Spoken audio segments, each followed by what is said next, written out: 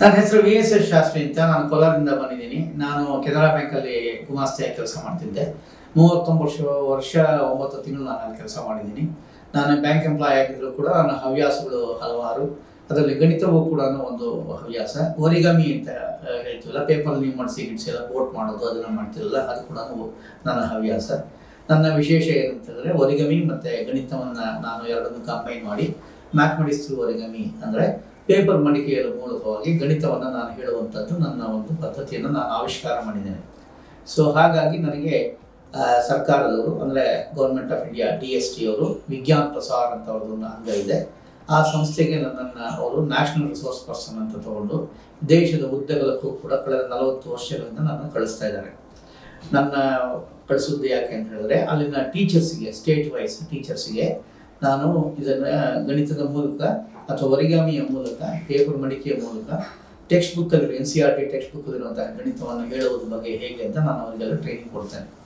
So ಹೀಗೆ ನಾನು ಕಳೆದ 40 ವರ್ಷಗಳಲ್ಲಿ ಸುಮಾರು 850ಕ್ಕೂ ಮಿಕ್ಕಿ ನಾನು ಈ ಥರ ವರ್ಕ್ಶಾಪ್ಸನ್ನು ಮಾಡಿರ್ಬೋದು. ಹಾಗಾಗಿ ನಾನು ಸುಮಾರು ತಿಂಗಳಲ್ಲಿ ಏನಿಲ್ಲ ಅಂತಂದ್ರೆ 12 ದಿವಸ, 13 ದಿವಸ, 14 ದಿವಸ ನಾನು ಓಡಾಟವೇ ಜಾಸ್ತಿ ಇರ್ತಿತ್ತು.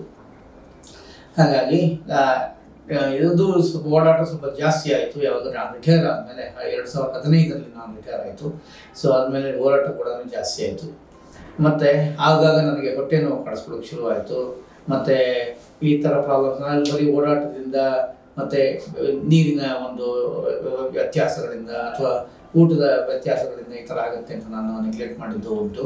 ಕೊನೆಗೆ ಅದು ತುಂಬ ಡಿಸ್ಕಂಫರ್ಟ್ ಜಾಸ್ತಿ ಆದಾಗ, ನೋವು ಜಾಸ್ತಿ ಆದಾಗ, ಮತ್ತು ಇದು ಒಂದು ಸ್ಕ್ಯಾನಿಂಗ್ ಅಂತ ಮಾಡಿಸಿದಾಗಲೇ ನನಗೆ ಗೊತ್ತಾಗಿದ್ದು ನನಗೆ ಕೋಲೋನ್ ಕ್ಯಾನ್ಸರ್ ಇದೆ, ದೊಡ್ಡ ಕರಳಿನಲ್ಲಿ ಅದು ಒಂದು ಅಡಚಣೆ ಇದೆ, ಕ್ಯಾನ್ಸರ್ ಇದೆ ಅಂತ. ಸೊ ಹಾಗಾಗಿ ನಾನು ಈ ಹಾಸ್ಪಿಟ್ಲಿಗೆ ಬಂದೆ.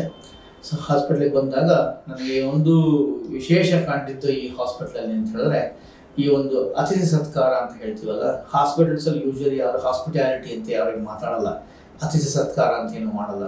ಆದರೆ ಇಲ್ಲಿನ ಅಟ್ಮಾಸ್ಫಿಯರ್ ನನಗೆ ಅಷ್ಟು ಚೆನ್ನಾಗಿ ಇರೋ ಥರ ನನಗೆ ಅನ್ನಿಸ್ತು. ಹಾಗಾಗಿ ನನಗೆ ಯಾವುದೇ ತೊಂದರೆಗಳು ಕೂಡ ಆಗಲಿಲ್ಲ. ನನಗೆ ಆಪ್ರೇಷನ್ ಆಯಿತು, ಕೆಮೊಥೆರಪಿ ಆಯಿತು.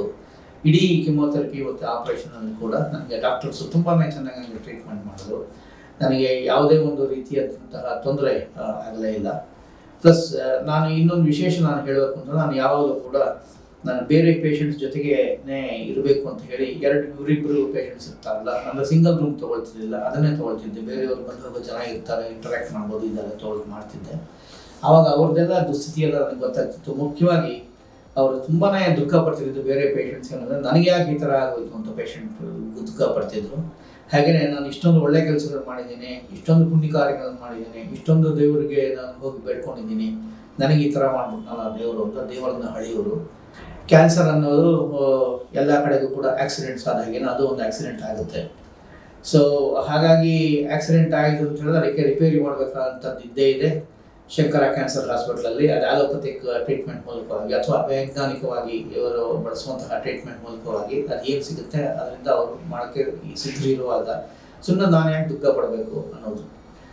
ಸೊ ಇದನ್ನ ನಾನು ಎಕ್ಸ್ಪ್ಲೇನ್ ಮಾಡೋದು ಕೂಡ ನನ್ನ ಜೊತೆಯವರಿಗೆ ಅಥವಾ ಜೊತೆ ಪೇಷಂಟ್ಸ್ ಇದ್ರಲ್ಲ, ನಾನು ಒಂದು 12ರಿಂದ 13 ಕೆಮೊಗಳು ತಗೊಳ್ಳುವಾಗ 3 ದಿವಸ ಇರ್ತಿದ್ದೆ. ಹಾಗಾಗಿ ನನಗೆ ಪೇಷಂಟ್ಸ್ ಏನಿಲ್ಲ ಅಂತ ಹೇಳ್ಕೊಂಡು ಒಂದು 25ರಿಂದ 30 ಜನ ಪೇಷಂಟ್ಸ್ ನನಗೆ ಒಟ್ಟಿಗೆ ಸಿಕ್ಕಿದ್ದಾರೆ.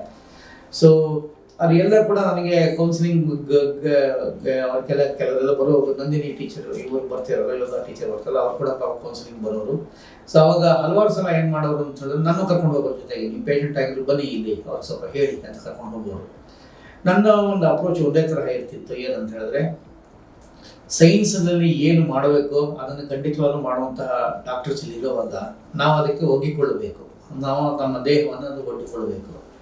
ಅಥವಾ ಸೈನ್ಸಿಂದ ಬಿಯಾಂಡ್ ಏನಾದರೂ ಇದ್ದದ್ದಾದರೆ ನಾವು ಅದು ಒಳ್ಳೆಯದೇ. ಯಾಕಂದರೆ ನಾವು ಅದಕ್ಕೆ ಒಂದು ಎಕ್ಸ್ಪೆರಿಮೆಂಟಿಗೋಸ್ಕರ ಒಂದು ಆಗ್ತೀವಲ್ಲ, ಸೈನ್ಸ್ ಬೆಳೆದದ್ದೇ ಹಾಗಲ್ವೇ. ಸೊ ಹಾಗಾಗಿ ನನಗೆ ದುಃಖ ಪಡುವಂಥದ್ದು ಏನೂ ಇಲ್ಲ ಅಂತ. ಎರಡನೇದು, ಇನ್ನೊಂದು ಜನಗಳು ನನ್ನ ಬಗ್ಗೆ ಸ್ವಲ್ಪ ಆಶ್ಚರ್ಯ ಪಡ್ಕೊಳ್ತಿದ್ದು ಏನಂತ ಹೇಳಿದ್ರೆ, ನಾನು ಯಾವಾಗಲೂ ಕೂಡ ಏನೋ ಒಂದು ಬರಿತಾ ಇರ್ತಿದ್ದೆ. ಯಾಕೆಂದರೆ ಒಂದು ಚಿತ್ರ ಬರೆಯೋದಿರ್ಬೋದು ಅಥವಾ ಒಂದು ಪದ್ಯ ಬರೆಯೋದಿರ್ಬೋದು, ಏನೋ ಒಂದು ಮಾಡ್ತಿದ್ದೆ. ಉದಾಹರಣೆಗೆ ನನಗೊಂದು ಪುಸ್ತಕ ತಂದು ಕೊಟ್ಟರು, ಯಾರಾದರೂ ಓದ್ಕೊಳ್ಳಿ ಅಂತ, golden collection of English poetry ಅಂತ, ಪೆಂಗ್ವಿನ್. ಸೊ ಅದರಲ್ಲಿ ಹಲವಾರು ಪದ್ಯಗಳಿಗೆ ನಾನು ಈ ಥರ ಎಲ್ಲ ಚಿತ್ರಗಳನ್ನೆಲ್ಲ ಬರೆದಿದ್ದು ಉಂಟು. ಸೊ ಹೀಗೆಲ್ಲ ಬರೀತಾ ಇದ್ದೆ. ಇದನ್ನು ನನಗೆ ಯಾರು ಕೂಡ ಡಿಸ್ಕರೇಜ್ ಮಾಡಿಲ್ಲ. ಟೀಚರ್ಸ್, ನೀವು ಇಲ್ಲಿಂದ ಡಾಕ್ಟರ್ಸ್ ಇರ್ಬೋದು ಅಥವಾ ನರ್ಸ್ಗಳಿರ್ಬೋದು, ಇಲ್ಲ ನೀವು ಮಾಡಿ ಈ ಥರ ಎಂಗೇಜ್ ಮಾಡ್ಕೊಳ್ಳಿ ಅಂತಾನೆ ಹೇಳ್ತಾ ಇದ್ರು. ಸೊ ಹಾಗಾಗಿ ಎಷ್ಟೋ ಜನ ನನ್ನ ಹತ್ರ ಬಂದು ಪೋರ್ಟ್ರೇಟ್ಸ್ ಕೂಡ ಒಂದು 100-150 ಜನ ಪೇಷಂಟ್ಸು ಬರ್ಸ್ಕೊಂಡು ಹೋಗಿದ್ದಾರೆ, ನರ್ಸ್ಗಳು ಬರ್ಸ್ಕೊಂಡು ಹೋಗಿದ್ದಾರೆ, ಕೆಲಸ ಮಾಡೋರು ಬರ್ಸ್ಕೊಂಡು ಹೋಗಿದ್ದಾರೆ. ಸೊ ಈ ಥರ ನಾನು ಕಂಟಿನ್ಯೂಸ್ ಆಗಿ ಏನಾದರೂ ಒಂದು ಎಂಗೇಜ್ ಆಗಿರ್ತಿದ್ದೆ. ಯಾವಾಗಲೂ ಅಷ್ಟೇ ಈ ಟ್ರೀಟ್ಮೆಂಟ್ ತೊಗೊಳೋದಿರುತ್ತಲ್ಲ, ತುಂಬ ಡಿಸ್ಕಂಫರ್ಟ್ ಅದು. ಒಂದೇ ಕಡೆ ಕೂತ್ಕೊಂಡಿರೋದು, ಈ ಕಡೆ ಪೋರ್ಟ್ಗೆ ಒಂದು ಕೆಮಿಕಲ್ಸನ್ನು ಹಾಕಿಸ್ಕೊಡೋದು ತುಂಬಾ ಡಿಸ್ಕಂಫರ್ಟಿಂಗ್ ಅದು. ಅಥವಾ ಏನಾದರೂ ಸ್ವಲ್ಪ ಟಾಯ್ಲೆಟ್ಗೆ ಹೋಗ್ಬೇಕು ಅಂತ ಹೇಳಿದ್ರೆ ಒಂದು ನರ್ಸ್ ಬರಬೇಕು, ಅದು ತೆಗಿಬೇಕು, ಅದು ಹಾಕಬೇಕು, ಮತ್ತು ನಿಮಗೆ ಎಲ್ಲ ಫ್ರೀ ಮಾಡಬೇಕು, ಆಮೇಲೆ ನೀವು ಟಾಯ್ಲೆಟ್ಗೆ ಹೋಗಬೇಕು, ಮತ್ತೆ ಬರಬೇಕು, ಮತ್ತೆ ಪ್ರಾಸೆಸ್ ಶುರು. ಇದೆಲ್ಲ ತುಂಬ ರೇಜ್ಗೆ ಕೆಲಸ. ಆದರೂ ಕೂಡ ಒಂದು ಕಾನ್ಫಿಡೆನ್ಸ್ ಏನಿತ್ತು ನನಗೆ ಅಂತ ಹೇಳಿದ್ರೆ, ಇದು ಯಾವಾಗಲೂ ಕೂಡ ಮುಗಿಯುವಂತಹ ಕೆಲಸ. ಇದು ಕಂಟಿನ್ಯೂಸ್ ಆಗಿ ನಿರಂತರವಾಗಿರುವಂಥದ್ದು. ಇದಕ್ಕೊಂದು ಪೀರಿಯಡ್ ಇದೆ, ಇದು ಮುಗಿದ ಮೇಲೆ ನಾನು ನಾರ್ಮಲ್ ಆಗ್ತೀನಿ ಅಂತ ಕಾನ್ಫಿಡೆನ್ಸ್ ಇದ್ದೇ ಇತ್ತು. ಆ ಕಾನ್ಫಿಡೆನ್ಸಿಂದಲೇ ನಾನು ಈಗ ನಾರ್ಮಲ್ ಆಗಿದ್ದೀನಿ, ಖಂಡಿತವಾಗಿದ್ದೀನಿ ಅಂತ ನನಗೆ ಅನಿಸುತ್ತೆ. ಈ ಪುಸ್ತಕ CV ರಾಮನ್ ಎಂಬ, ನಾನು ಶಂಕರ ಕ್ಯಾನ್ಸರ್ ಹಾಸ್ಪಿಟ್ಲಲ್ಲಿ ಕೆಮೊಥೆರಪಿ ಟ್ರೀಟ್ಮೆಂಟ್ ತೊಗೊಂಡಾಗಲೇ ನಾನು ಟ್ರಾನ್ಸ್ಲೇಟ್ ಮಾಡಿರೋದು ಇದನ್ನ. ಸೊ ಇದನ್ನ ನಾನು ಟ್ರಾನ್ಸ್ಲೇಟ್ ಮಾಡ್ತಿದ್ದಾಗಲೂ ಅಷ್ಟೇ ನನಗೆ ಡಾಕ್ಟರ್ಸ್ ಎಲ್ಲ ತುಂಬಾ ಎನ್ಕರೇಜ್ ಮಾಡೋರು, ಇಲ್ಲ ನೀವು ಕ್ರಿಯೇಟಿವ್ ಆಗಿ ಏನಾದರೂ ಮಾಡಿ ಅಂತಲೇ ಎಂಗೇಜ್ ಮಾಡೋರು. ಸೊ ಈ ಪುಸ್ತಕ ನಮ್ಮದು ಮೊನ್ನೆ 28ನೇ ತಾರೀಕು ನ್ಯಾಷನಲ್ ಸೈನ್ಸ್ ಡೇ ಅಲ್ವಾ. ಸೊ ಫೆಬ್ರವರಿ 28ಗೆ ಇದು ರಿಲೀಸ್ ಆಯಿತು ಇಂಡಿಯನ್ ಅಕಾಡೆಮಿ ಆಫ್ ಸೈನ್ಸಸ್ಸಿಂದ. ಸೊ ನಾನು ನಿಮಗೆ ನನ್ನ ತರಹನೇ ನೀವು ಪೇಷಂಟ್ಸ್ ಈಗ ಇರ್ತೀರಾ. ಸೊ ನಿಮಗೆ ಬೇಕಾದಷ್ಟು ಈ ಥರ ದುಃಖ ಇರುತ್ತೆ, ಯಾಕಂದ್ರೆ ನನಗೇನೆ ಯಾಕಪ್ಪ ಆಯಿತು ಅಂತ ಇರುತ್ತೆ. ಆದರೆ ಚೆನ್ನಾಗಿ ಒಂದು ವಿಷಯ ತಿಳ್ಕೋಬೇಕು ಅಂತ ಹೇಳಿದ್ರೆ, ಇದು ನಿಮ್ಗೊಬ್ಬರಿಗೆ ಆಗೋದಲ್ಲ, ಲಕ್ಷಾಂತರ ಜನಕ್ಕೆ ಆಗುತ್ತೆ. ಅವರೆಲ್ಲ ಕೂಡ ಇದನ್ನ ಕ್ರಾಸ್ ಮಾಡಿದ್ದಾರೆ, ನನ್ನ ತರಹನೇ ಕ್ರಾಸ್ ಮಾಡಿದ್ದಾರೆ. ನೀವು ಕೂಡ ನನ್ನ ತರಹನೇ ಕ್ರಾಸ್ ಮಾಡ್ಬೋದು. ಅದು ಒಂಥರ ದಾಟೋದು ಅಂತ ಹೇಳ್ತಾರಲ್ಲ, ಕಷ್ಟವನ್ನು ದಾಟೋದು ಅಂತ ಆ ಥರ.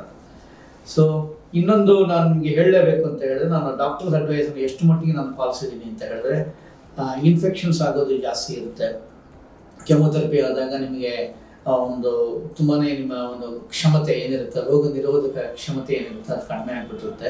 ಅದಕ್ಕೋಸ್ಕರ ಎಕ್ಸ್ಪೋಸ್ ಮಾಡ್ಕೋಬೇಡಿ ಅಂತ ಹೇಳ್ತಾರೆ. ನನಗೆ ಕ್ಯಾನ್ಸರ್ ಬಂದಿದ್ದು ಒಳ್ಳೇದೇ ಆಯಿತು ಅಂತ.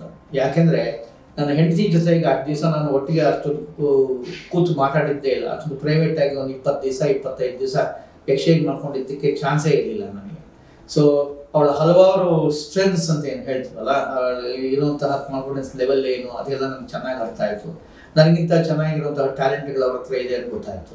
ಫೈನಾನ್ಷಿಯಲ್ ಮ್ಯಾನೇಜ್ಮೆಂಟ್ ಇರ್ಬೋದು, ಅಥವಾ ಇನ್ನೊಂದು 10 ಕಡೆ ಕೆಲಸ ಮಾಡಿ ಮಲ್ಟಿ ಟಾಸ್ಕಿಂಗ್ ಅಂತೀವಲ್ಲ, 10 ಕಡೆ ಕೆಲಸ ಮಾಡಿ ಒಂದು ಎಲ್ಲ ಯಾವುದು ಕೂಡ ಮಿಸ್ಟೇಕ್ ಆಗದೆ ಅದನ್ನು ಮಾಡೋದಿರ್ಬೋದು. ಇದೆಲ್ಲ ಅವಳ ಟ್ಯಾಲೆಂಟ್ಸ್ ಇದೆ ಅಂತ ನನಗೆ ಅರ್ಥವೇ ಆಗಿರಲಿಲ್ಲ. ಸೊ ಅದು ಕೂಡ ನನಗೆ ಕಣ್ಣು ತೆರೆಸಿದ್ದೆ ಅಂತಲೇ ಹೇಳಬೇಕು.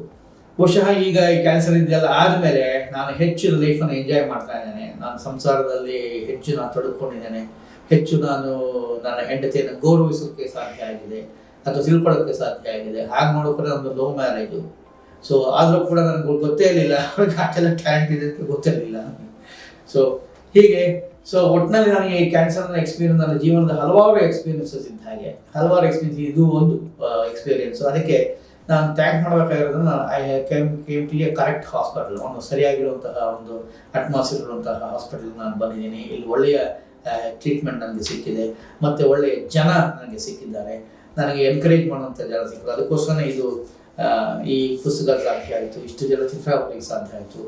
ಸೊ ಇದನ್ನು ನಾನು ನಿಮಗೆ ಹೇಳ ಬಯಸ್ತೇನೆ.